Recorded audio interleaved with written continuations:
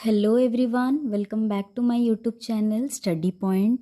आज हम लोग पहले रीजनिंग क्वेश्चंस के आंसर्स को डिस्कस कर लेंगे। तो चलिए शुरू करते हैं। जो मैंने पहले वीडियो में रीजनिंग क्वेश्चंस दिए थे उसके आंसर्स को अभी डिस्कस कर लेंगे। तो first question, A set of 3 figures x, y, z showing a sequence of folding a piece of paper is given। देखिए, एक सर्कुलर पीस ऑफ पेपर को कैसे फोल्ड किया गया है, पहले नीचे की तरफ, उसके बाद पहले उसे हाफ किया गया, देन उसे 1/4 किया गया। Figure Z show the manner in which the folded paper has been cut. हम लोग जैसे पेपर कटिंग करते हैं वहाँ वैसे किया गया। Select the figure from the option which show the unfolded form of figure Z। अगर हम लोग Z वाले पेपर को कट करने के बाद ओपन करेंगे तो इनमें से कौन सा फिगर सही होगा। देखिए, फर्स्ट Z के जो मिडिल पार्ट है वहाँ पे एक स्क्वायर बनाया गया है, मतलब ओपन करने के बाद पूरा सर्किल में बीच में एक स्क्वायर पोर्शन होगा। देन दोनों साइड में डायमंड शेप के स्ट्रक्चर होंगे। तो ऑप्शन डी हो जाएगा आप लोगों का करेक्ट आंसर, क्योंकि और किसी भी फिगर के बीच में स्क्वायर शेप नहीं है, उसीलिए।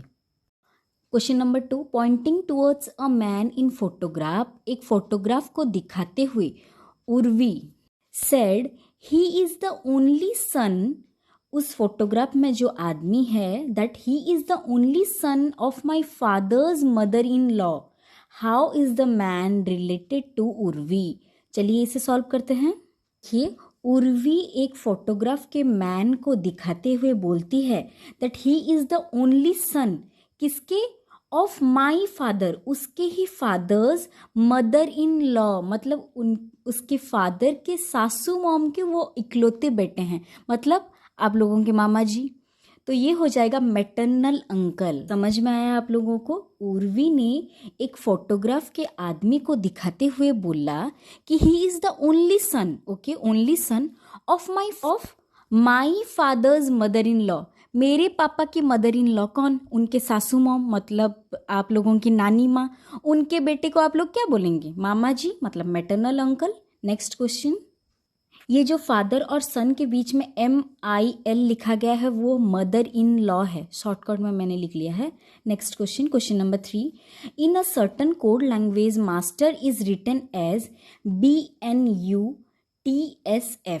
How will revision be written in the same code language. उसी सेम कोड लैंग्वेज में रिविजन को हम लोग क्या लिखेंगे। तो चलिए इसे सॉल्व करना शुरू करते हैं। देखिए, ऐसा जो क्वेश्चन होता है उससे पहले लेटर्स को आप लोग थोड़ा अच्छे से देखिएगा कि क्या चेंज हुआ है। देखिए, मास्टर लिखा गया है, उससे चेंज किया गया है BNUTSF। देखिए, अल्टरनेट वर्ड को एक्सचेंज किया गया है। M को किया गया है N, बट वो सेकंड में है। A को किया गया है B, मतलब +1। हर जगह पे +1 लेटर हुआ है, बट अल्टरनेट ऑर्डर में लिखा गया है। तो देखिए, A हो गया है B जो कि पहले लिखा गया है, M हो गया है N, उसके बाद ST, T हो गया है U और S हो गया है T, S के बाद T है, T के बाद U है। उसी तरह से लास्ट लेटर्स E और R, R हो गया है S और E हो गया है F। देखिए, अल्टरनेट से लिखा गया है। उसी तरह से हम लोग रिवीजन को लिख लेंगे। पहले E वाला, E के बाद F, R के बाद S, I के बाद J, V के बाद W, I के बाद J, S को बनाया T, N को O, O को P। समझ में आया। लेटर्स एक ही इंक्रीज हुए हैं, बट उनका सीक्वेंस जो है अल्टरनेट कर लिया है। समझ में आया, ठीक है। चलिए नेक्स्ट क्वेश्चन की ओर चलते हैं। Question number 4, how many cage are there in the given arrangement. इस अरेंजमेंट में कितने ऐसे के हैं which are immediately followed by a vowel and immediately preceded by a consonant। तो अभी पहले देख लेते हैं ये immediately followed और immediately preceded का मतलब क्या है, उसके बाद इस क्वेश्चन को आराम से सॉल्व कर लेंगे। देखिए, प्रिसीडेड का मतलब है इमीडिएटली बिफोर और कम जस्ट बिफोर। बिफोर मतलब पहले, और फॉलोड का मतलब है इमीडिएटली आफ्टर और जस्ट कम आफ्टर। समझ में आ गया। अभी बोला गया है फॉलोड बाय वावेल, फॉलोड को मैंने एफ बाय वी मतलब वावेल AEIOU और preceded P by C consonant. तो अभी जो लेटर्स दिए गए थे उसे मैंने लिख लिया है। देखिए जहाँ जहाँ पे भी K है उसके आगे एक कॉन्सोनेंट होना चाहिए और उसके तुरंत बाद एक वावेल होना चाहिए। तो कितने उस वैसे वाले पेयर हैं? तो वैसे वाले 3 पेयर हैं, तो 3 हो जाएगा आप लोगों का आंसर। चलिए चलते हैं नेक्स्ट क्वेश्चन की ओर, question number 5। Next question number 5, there is a certain relationship between the figure 1 and 2। Figure 1 और 2 के बीच में कोई रिलेशनशिप है। क्या रिलेशनशिप है थोड़ा देख लेते हैं पहले। देखिए एक ट्रायंगल है और बीच में एक सर्किल है। उसके बाद वाले फिगर में क्या हुआ है, सर्किल बड़ा बन गया है अंदर का, और जो ट्रायंगल की 3 साइड है उसके साइड इंक्रीज होके हो गए हैं 4 और वो अंदर आ गया है। अभी चलते हैं next. Establish the similar relationship between the figure 3rd and the 4th bye selecting a suitable figure from the option that would replace the question mark in figure IV।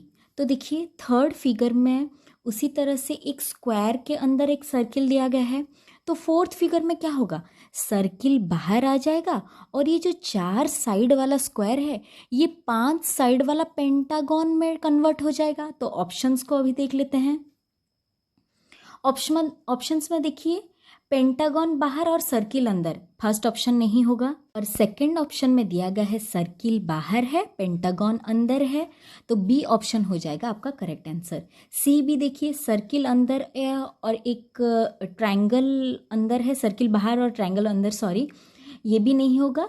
और डी में सर्किल बाहर और square ही अंदर है, तो ये तो question के साथ सेम ही है, तो ऑप्शन बी हो जाएगा आपका करेक्ट आंसर। चलिए चलते हैं नेक्स्ट क्वेश्चन की ओर। Question number 6, find the missing number if same rule is followed in all the 3 figures. Same rule तीनों फिगर के लिए है। देखिए फर्स्ट फिगर और सेकंड फिगर में क्या क्या सिमिलरिटीज़ हैं पहले देख लेते हैं। 5, 3 और हो गया है 64।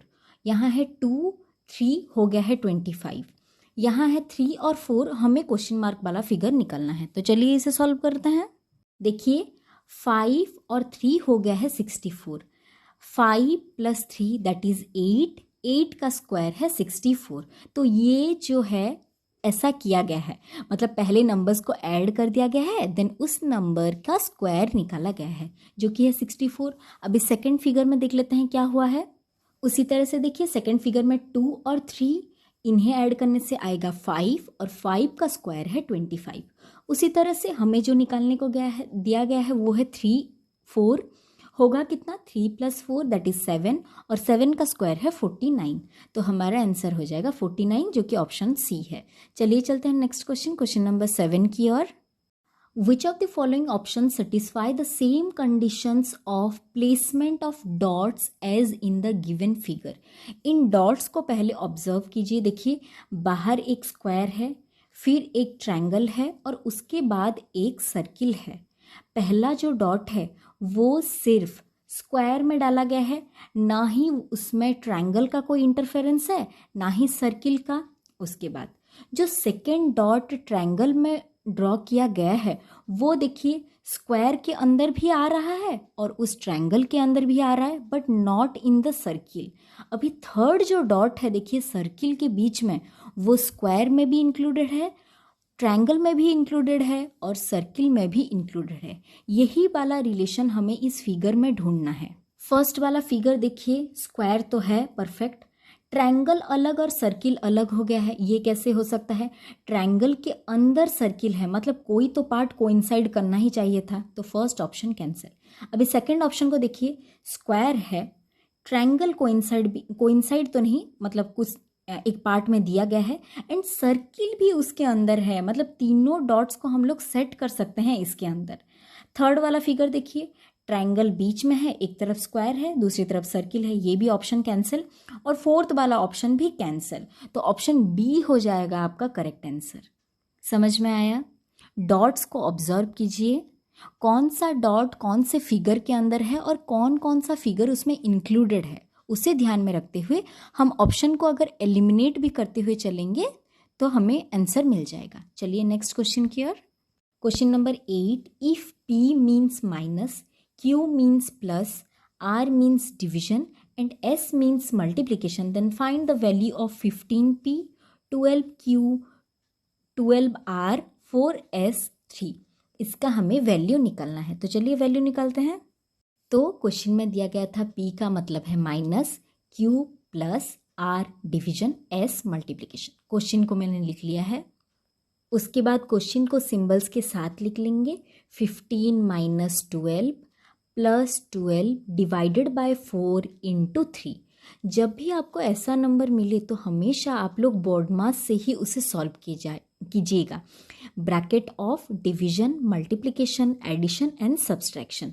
तो उस हिसाब से अगर हम सॉल्व करेंगे, पहले डिवीजन को सॉल्व करेंगे। 12 divided by 4 that is 3, 3 into 3 9, 15 minus 12 plus 9। इसे सॉल्व करने से आ गया 3 प्लस 9 दैट इज 12, आप लोगों का आंसर। चलिए चलते हैं नेक्स्ट क्वेश्चन की ओर। Question number 9। Town P is to the west of town Q। Town P जो है किस साइड है? Q टाउन के वेस्ट साइड में है।